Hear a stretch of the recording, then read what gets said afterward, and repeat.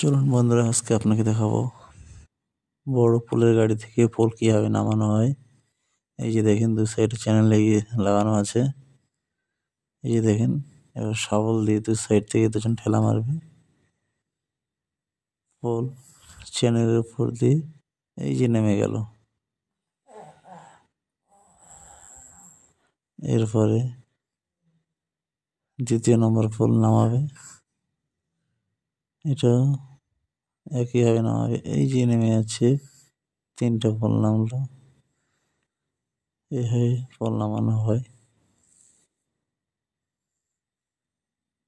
কি সুন্দর হয় পোল নামছে। এই যে দেখেন, একটু ঠেলা মারে নামাতে হয়। এই যে নেমে যাচ্ছে।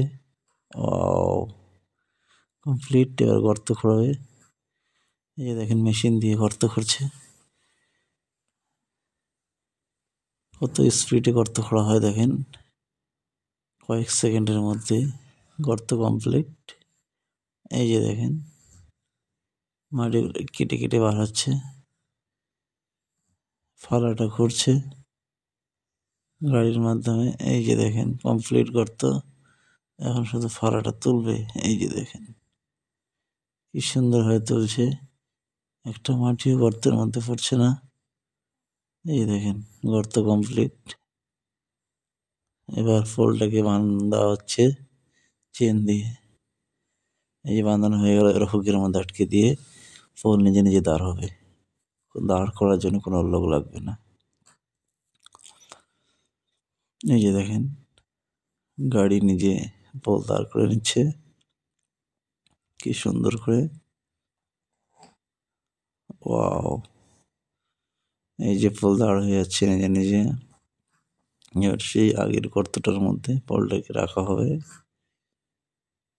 এই যে দেখেন,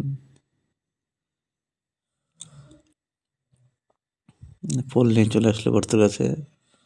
এবার হালকা সবাই মিলে ধরবে। এই যে গর্তের মধ্যে রাখছে।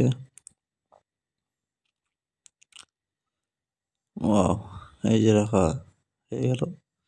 একটু সোজা করে নিয়ে সবাই মিলে ধরে। ধরা কমপ্লিট। ও, এবার মাটি দিবে।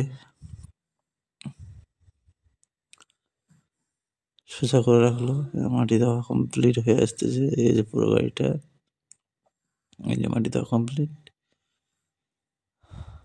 সবাই মিলে একটু করে মাটি দেয়, বাস কমপ্লিট। যদি ভালো লেগে থাকে